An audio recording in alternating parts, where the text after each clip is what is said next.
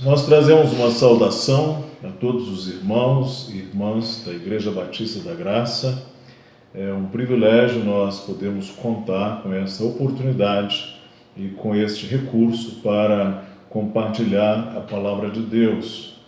Hoje nós estaremos comemorando, celebrando os 34 anos de nossa igreja. A nossa igreja teve início com reuniões nos lares. No final de fevereiro de 1986 e início de março. Então, há 34 anos atrás. Infelizmente, as nossas festividades, o pregador convidado, o almoço que pretendíamos ter, tudo isso precisamos cancelar. Mas ainda assim, este é um tempo em que nós podemos comemorar, celebrar, trazer ao Senhor a nossa ação de graças pela existência da nossa igreja, por esses 34 anos pregando a palavra do Senhor, por esses 34 anos testemunhando de Cristo, levando o culto a Deus, adornando, embelezando a santa doutrina. E nós agradecemos ao Senhor por aqueles que hoje estão em nossa igreja, a presente geração de líderes, bem como aqueles que deram início à nossa igreja, alguns dos quais já estão com o Senhor. Nós queremos agradecer a todos vocês, assim, o acolhimento que tem dado às mensagens do nosso presbitério, as recomendações que oferecemos nesse tempo bastante delicado, complicado que nós estamos atravessando. Queremos agradecer também aos que estão aí ouvindo os nossos vídeos em suas casas, em seus lares. Deus abençoe a todos.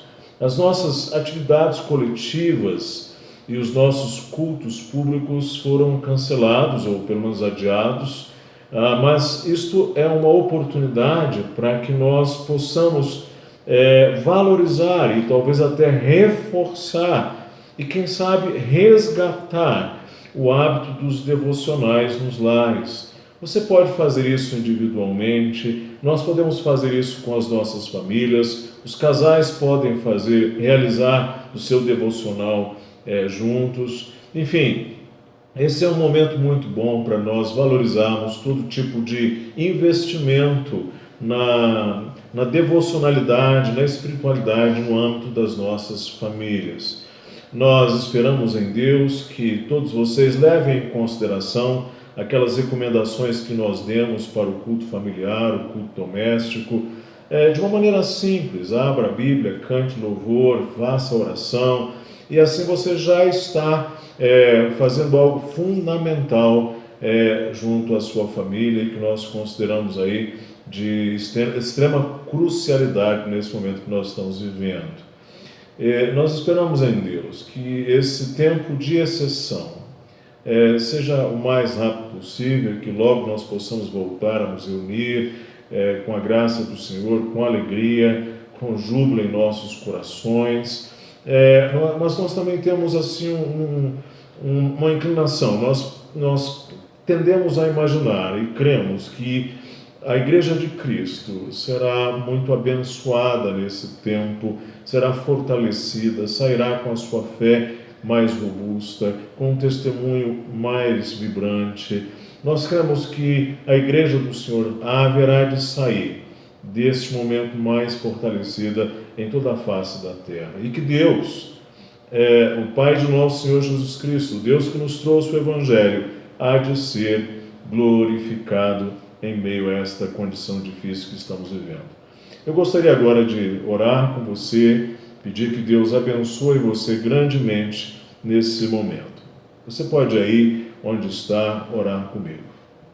Senhor nosso Deus, Pai de nosso Senhor e Salvador Jesus Cristo, Deus que nos trouxe o Evangelho, Deus que nos legou a sua santa palavra, que é lâmpada para os nossos pés e luz para o nosso caminho. Nesta hora nós trazemos ao Senhor a gratidão, o louvor, pelos 34 anos de nossa igreja, pelos seus membros fundadores, por aqueles que ao longo dos anos têm sustentado o ministério desta igreja têm sido ativos em nossos cultos, têm testemunhado o Evangelho de Cristo para outras pessoas. Queremos agradecer pelos cuidados do Senhor para conosco ao longo destes anos, e nós somos muito privilegiados pela oportunidade de contarmos com a Igreja do Senhor, que é graça do Senhor nas nossas vidas. Nenhum de nós merece a Igreja é um dom do Senhor para nós neste mundo. Queremos pedir que o Senhor abençoe a todos de nossa Igreja durante esse tempo, protegendo as nossas famílias, em particular as nossas crianças, os nossos idosos, que podem estar mais vulneráveis num contexto assim. O Senhor cuide de todos, que a graça do Senhor se faça presente neste momento. Pedimos, nosso Deus, não apenas por nossa igreja, mas por toda a igreja do Senhor na face da terra, e também nós pedimos pelas autoridades do nosso país, aqueles que estão no fronte agora, no campo de batalha, que são os profissionais de saúde, aqueles que estão sofrendo com a perda de seus familiares, aqueles que estão lutando contra a enfermidade. Que a graça do Senhor, as misericórdias do Senhor se multipliquem abundantemente. Dá-nos agora a iluminação do Teu Espírito, quando leremos e consideraremos a santa palavra do Senhor. Oramos em nome de Jesus. Amém. Estamos conduzindo em nossa igreja, nesses últimos domingos pela manhã, uma série de exposições na carta do apóstolo Paulo aos Coríntios, a segunda carta do apóstolo Paulo aos Coríntios, e temos denominado esta série de credenciais de servo. Hoje quero convidar você a que leia comigo 2 aos Coríntios capítulo 3, os versos de 1 a 11. Por favor, abra aí você que tem a sua Bíblia, 2 aos Coríntios capítulo 3, os versos de 1 a 11. Dou a você um tempo para que você possa abrir o texto. Diz assim: começamos, porventura, outra vez a recomendar-nos a nós mesmos? Ou temos necessidade, como alguns, de cartas de recomendação para vós outros ou de vós? Vós sois a nossa carta, escrita em nosso coração, conhecida e lida por todos os homens, estando já manifestos como carta de Cristo, produzida pelo nosso ministério, escrita não com tinta, mas pelo Espírito de Deus, do Deus vivente, não em tábuas de pedra, mas em tábuas de carne, isto é, nos corações.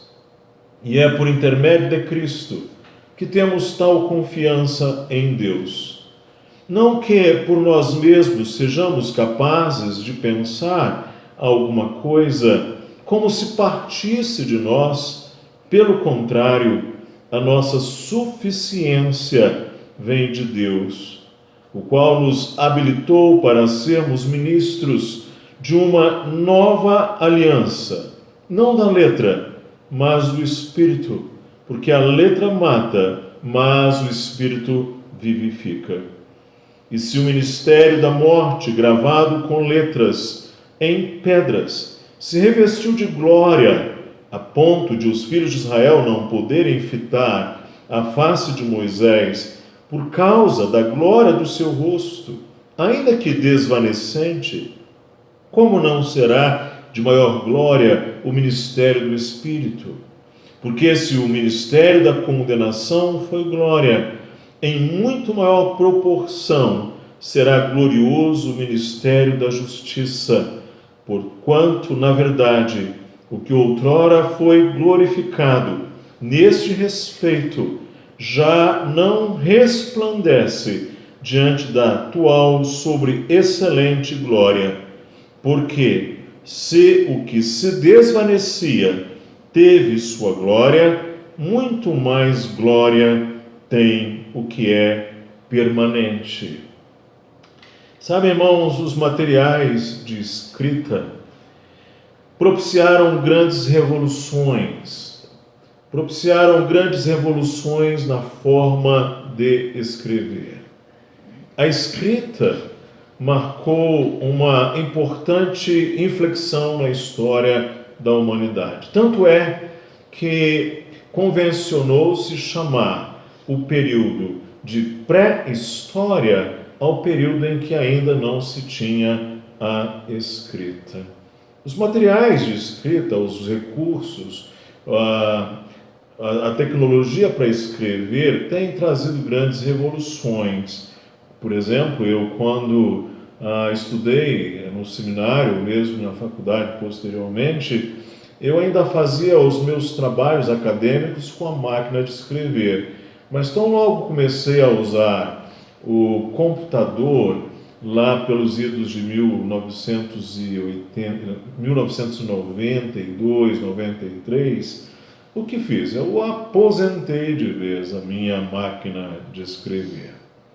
E, de fato, isso aconteceu na história com outros recursos. Os primeiros elementos, foram usados inicialmente para escrever a pedra. Imagine você escrever uma mensagem na pedra. Se você vai no Louvre, se você vai no Museu Britânico, você vê lá muitas dessas inscrições antigas em pedras. Mais tarde, com os egípcios, eles inventaram ali aquela forma, é um ancestral do papel, o papiro, não é? Onde se preparava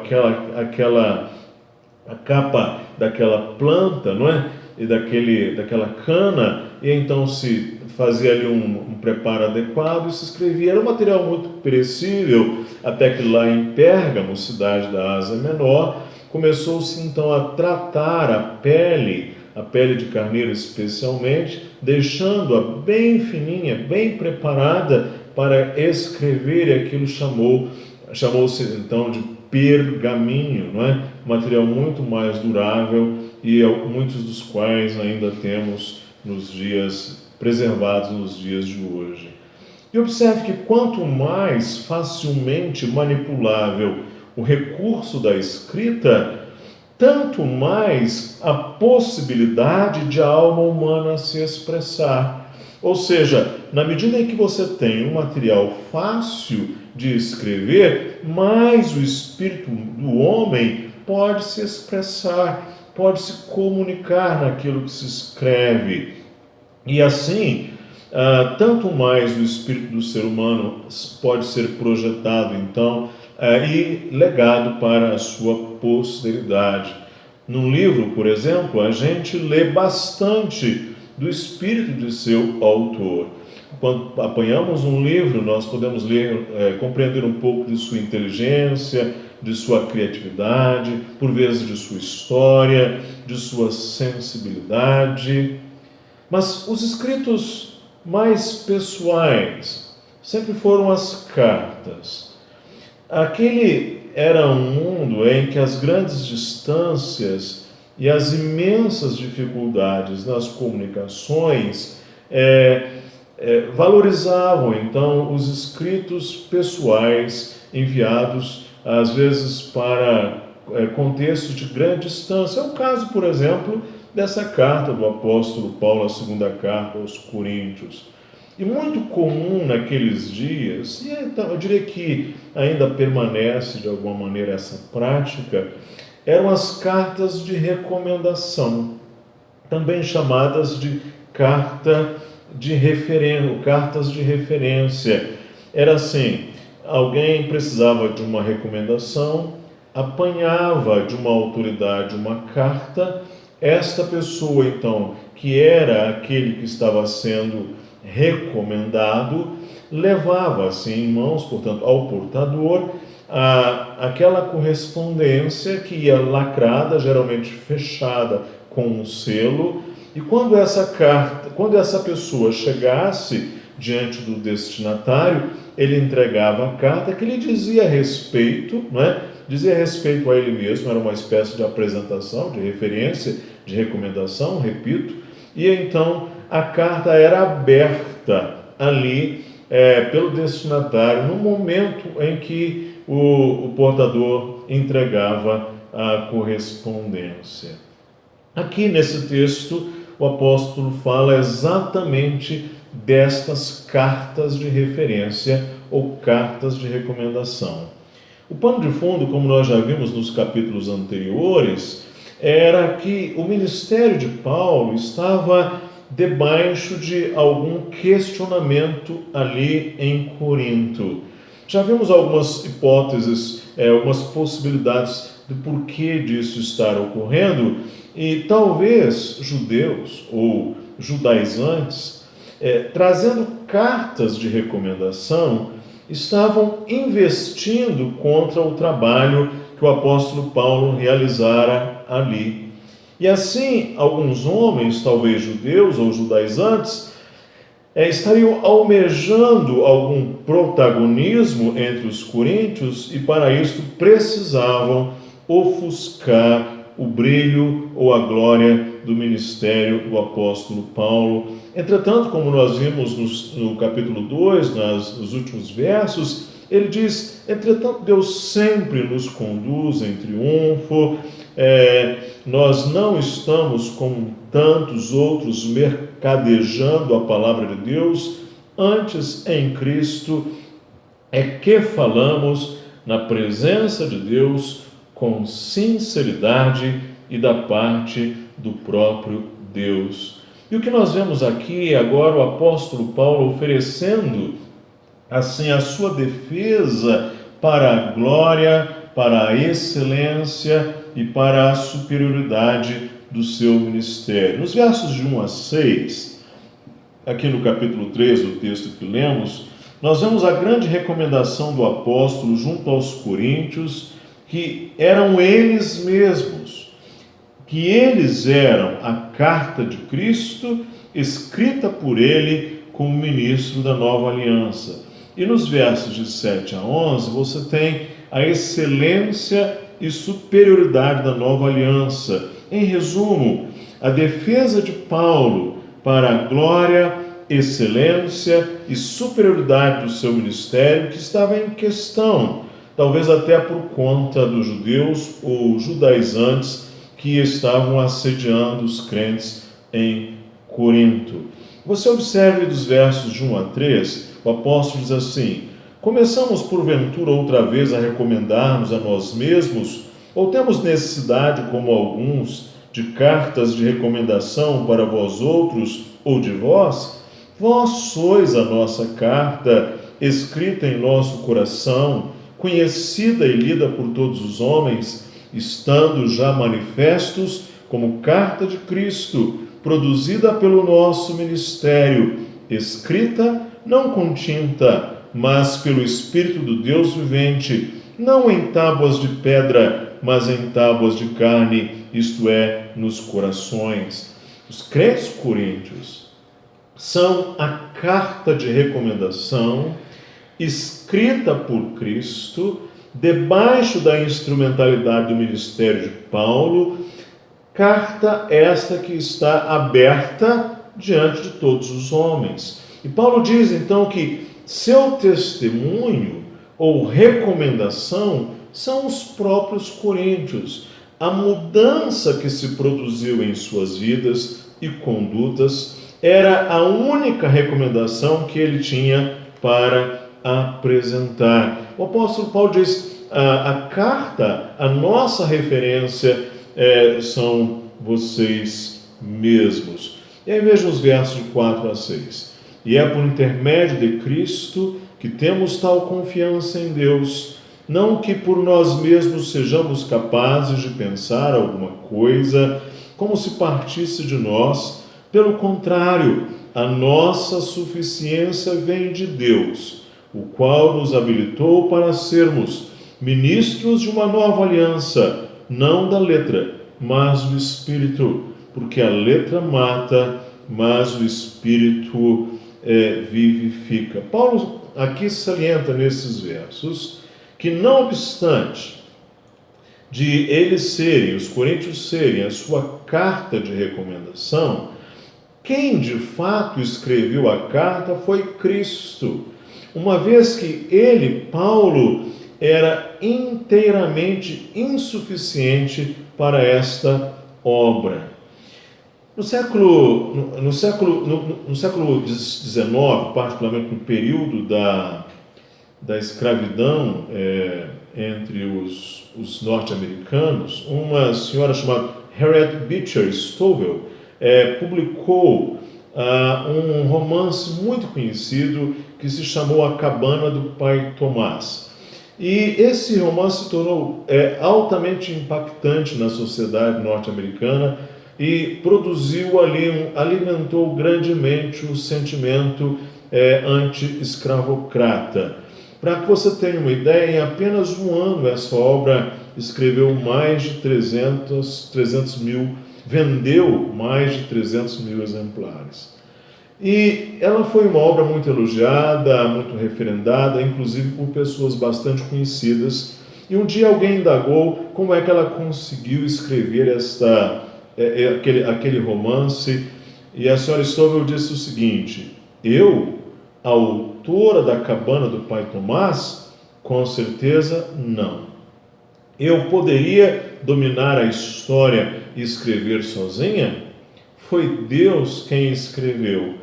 Eu fui apenas um instrumento mais humilde de sua mão. O que ela quer dizer é o seguinte: foi Deus quem criou essa história e, de certa maneira, o que eu fiz foi apenas registrar essa história. Óbvio que ela não está fazendo nenhum tipo de evocação de uma inspiração divina dos seus textos, como se fosse a Escritura. O que ela está querendo dizer é que os dados compilados por ela a fim de fazerem parte daquele enredo, né, daquela história, foi o próprio Deus quem teceu. E aqui eu observo, o apóstolo Paulo vai dizer que ele escreveu aquela carta, mas em rigor, quem escreveu a obra na vida dos coríntios foi o próprio Cristo, debaixo de sua instrumentalidade, na medida em que ele se via insuficiente para isso. Diz o verso 5, não que por nós mesmos sejamos capazes de pensar alguma coisa como se partisse de nós, pelo contrário, a nossa suficiência vem de Deus, o qual nos habilitou. E os crentes coríntios, que são a carta escrita por Cristo, eles expressam a qualidade ainda mais gloriosa da nova aliança. E antes de nós adentrarmos a essa parte aqui do nosso texto, é bom nós nos lembrarmos que tanto a lei quanto o evangelho foram dados por Deus.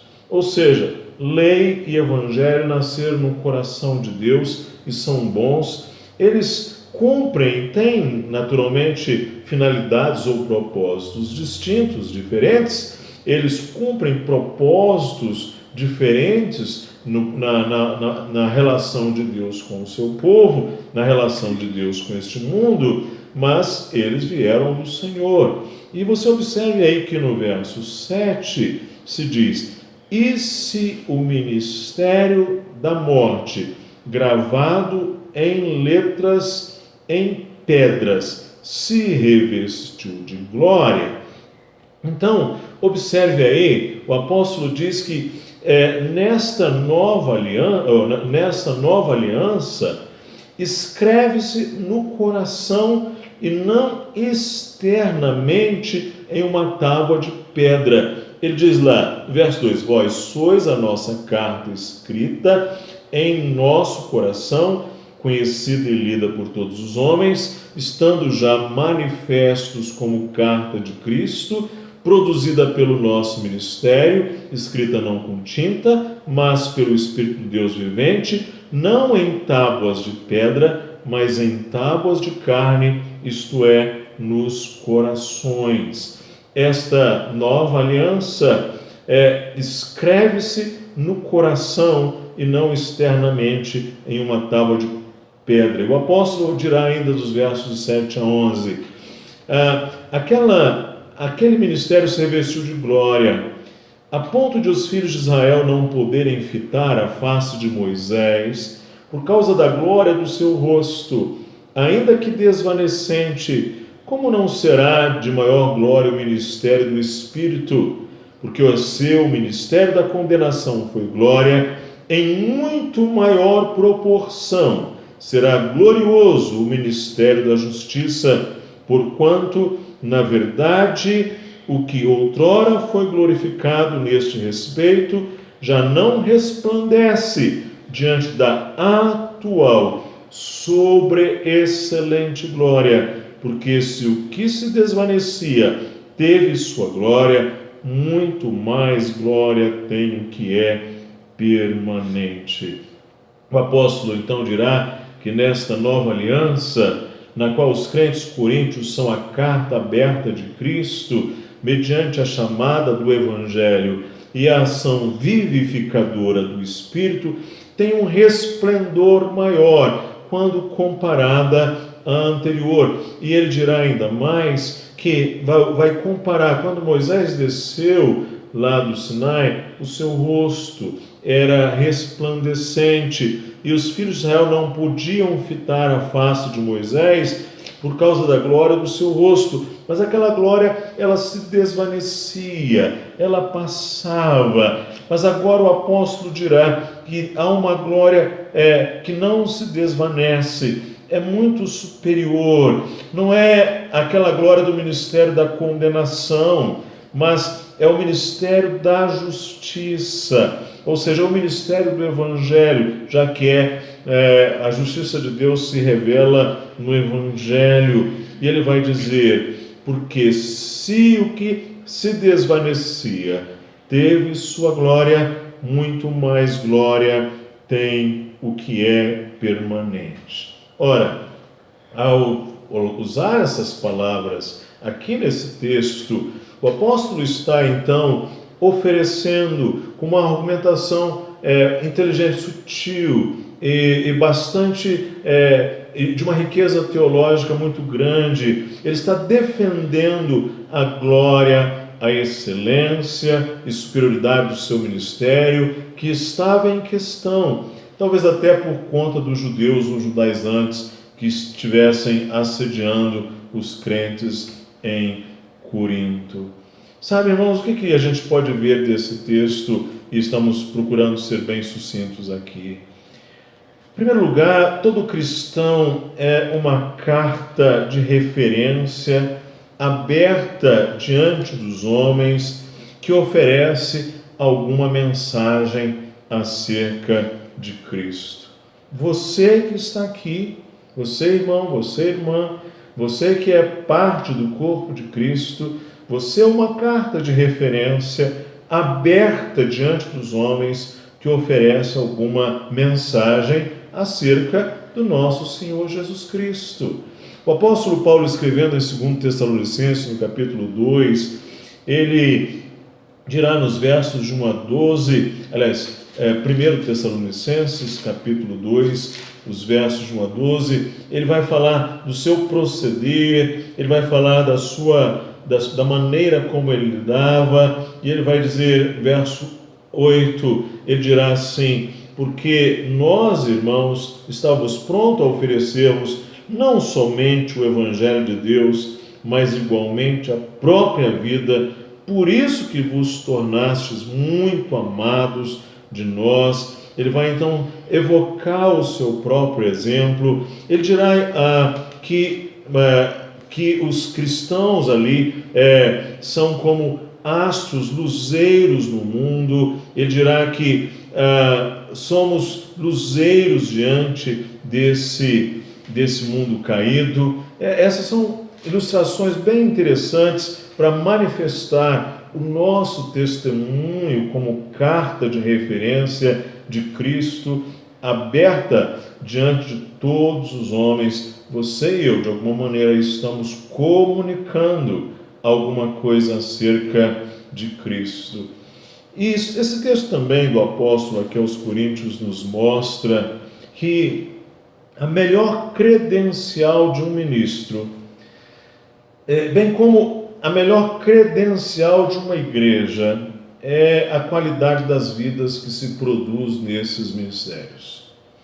Sabe, irmãos, o que faz calar os argumentos é a vida. A melhor credencial, a melhor referência, o melhor testemunho de uma igreja, de um ministro, é a vida que se produz, é a qualidade da vida que se produz. Isso é bom para nós lembrarmos. O apóstolo vai dizer: vós sois a minha carta aberta de Cristo, escrita sobre o meu ministério. E observe, ele dirá que toda boa obra resulta da graça e poder de Deus. Ele não se coloca como suficiente, ele não chama para a suficiência dele. Toda boa obra resulta da graça e poder de Deus e não da suficiência humana. Ele vai dizer: quem é suficiente para essas coisas? É por intermédio de Cristo que temos tal confiança em Deus, não por nós mesmos, não que sejamos capazes de pensar alguma coisa como se partisse de nós. Pelo contrário, a nossa suficiência vem de Deus, o qual nos habilitou para sermos ministros de uma nova aliança, não da letra, aquela letra da pedra que matava, que condenava, mas do Espírito que vivifica, não é? Então, toda boa obra resulta da graça, do poder de Deus e não da suficiência humana. E isso deveria sepultar o nosso orgulho, isso deveria nos lembrar desta obra da graça de Deus, e em vez de sermos tomados de um senso de justiça própria, como se isso procedesse de nós mesmos. Além disso, a gente pode aprender nesse texto que a obra do Evangelho, por meio do Espírito Santo em nossos corações, dá-nos perdão, dá-nos justiça, dá-nos uma nova vida em Cristo e produz em nós uma obediência e um servir em amor voluntário e deleitoso. Ou seja, a obra do Espírito em nós nos dá perdão, nos traz justiça de Cristo, nos cobre com a justiça de Cristo, nos traz essa nova vida em Cristo. E essa obra do Espírito produz em nós uma obediência e um servir em amor voluntário, deleitoso. A lei faz um papel importante, a lei mostra o ideal de Deus, a lei condena, o Evangelho perdoa.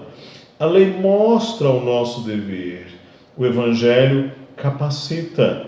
A lei mostra que nós, de nós mesmos, estamos mortos, impotentes. O que faz Cristo? Cristo nos dá do seu Espírito.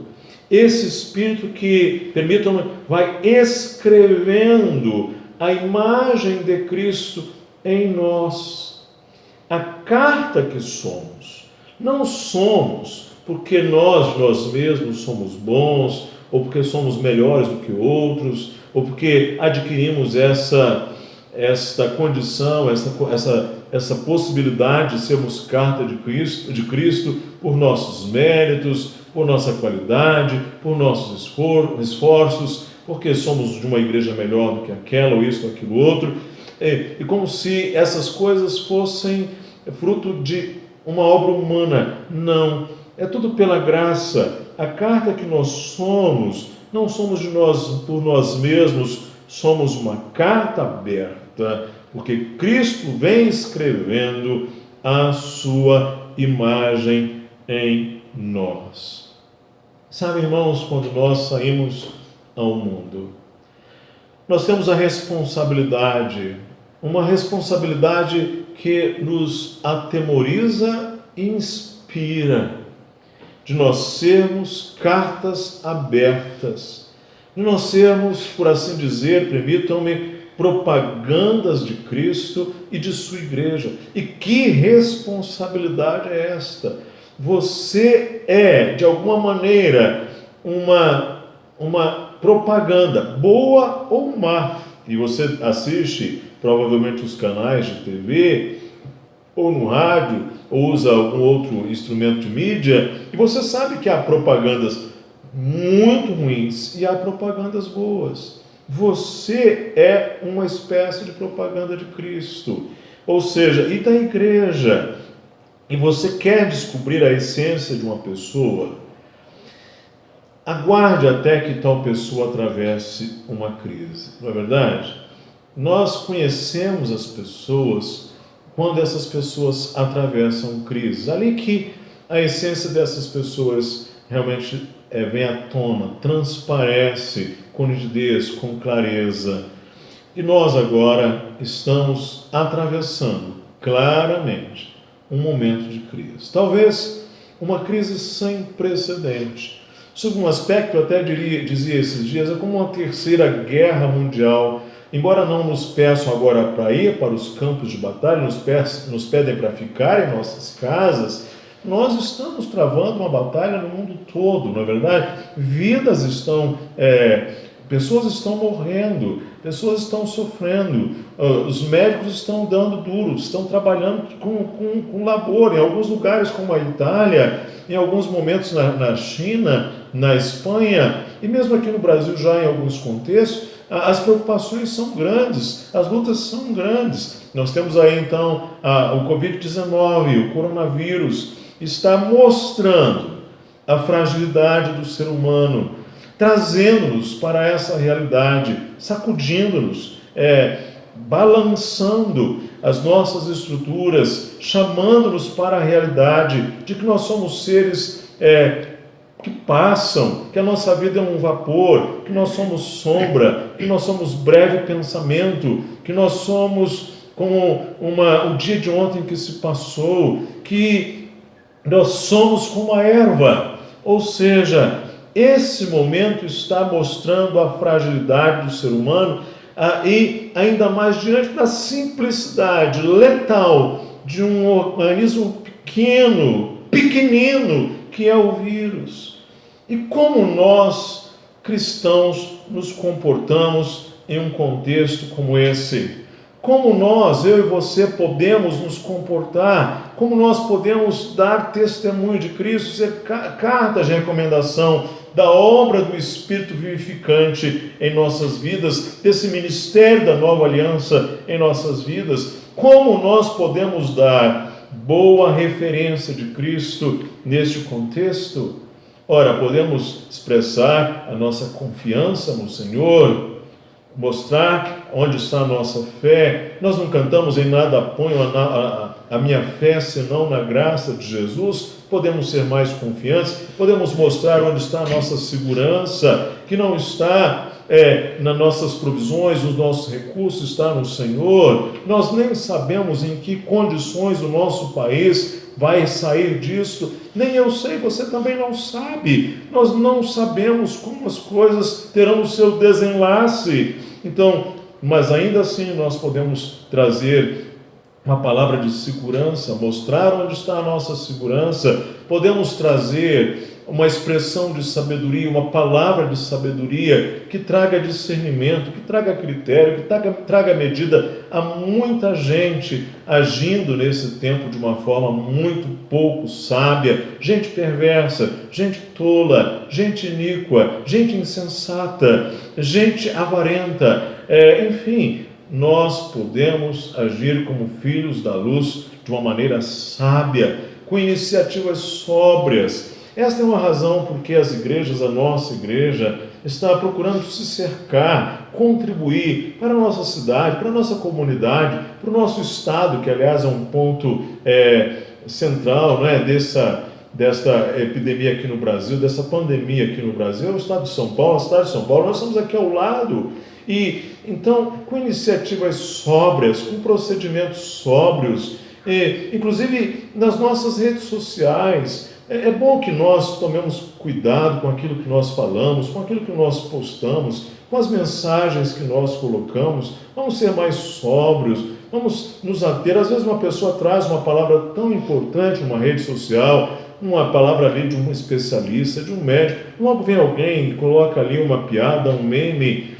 Talvez em outros momentos isso até tivesse lugar, mas vamos ser sóbrios, vamos tomar cuidado, vamos ter discernimento. E há uma palavra do profeta Amós, diz que no tempo mau o homem sábio guarda a sua palavra. Vamos falar essencialmente o necessário. Iniciativas sóbrias, compaixão. Nós podemos também, nesse momento, demonstrar nossa compaixão. Nós precisamos estar ao lado das pessoas que sofrem. Se nós não estamos ali fisicamente, isso nem nos é permitido, ainda assim é possível nós chegarmos perto daquelas pessoas que sofrem, dos idosos, daqueles que estão mais vulneráveis. Podemos servir, podemos oferecer os nossos cuidados que estejam ao nosso alcance. Aquele nosso irmão, médico chinês, morreu, deu a sua vida cuidando, naquele primeiro momento, dos vitimados com esse vírus. Nós, então, podemos exercer os nossos cuidados com os nossos bebês, com as nossas gestantes, com os nossos idosos, com as nossas crianças. Faça um trabalho nesse tempo paciente de proteger os seus filhos. Como isso é importante. Em último lugar, nós podemos orar, e orar muito, orar em casa, orar uns com os outros, orarmos uns pelos outros, orarmos pelas autoridades, orarmos pelo nosso país. É natural que num tempo assim os nervos fiquem mais aflorados, as pessoas fiquem mais tensas. Até nós, nas nossas casas, podemos ficar mais tensos. Vamos orar mais, vamos colocar mais as nossas vidas diante do Senhor, vamos ser mais assertivos, mais objetivos em nossas orações. Vamos orar mais, irmãos, uns pelos outros. Deus abençoe você, irmão. Deus abençoe você, irmã. Deus abençoe a nossa Igreja Batista da Graça, que hoje, aliás, estaria comemorando 34 anos. Deus abençoe as igrejas do nosso país. Deus abençoe os nossos pastores, os nossos diáconos. Deus abençoe a todos vocês que nesta hora ouvem a nossa palavra. Eu quero terminar orando.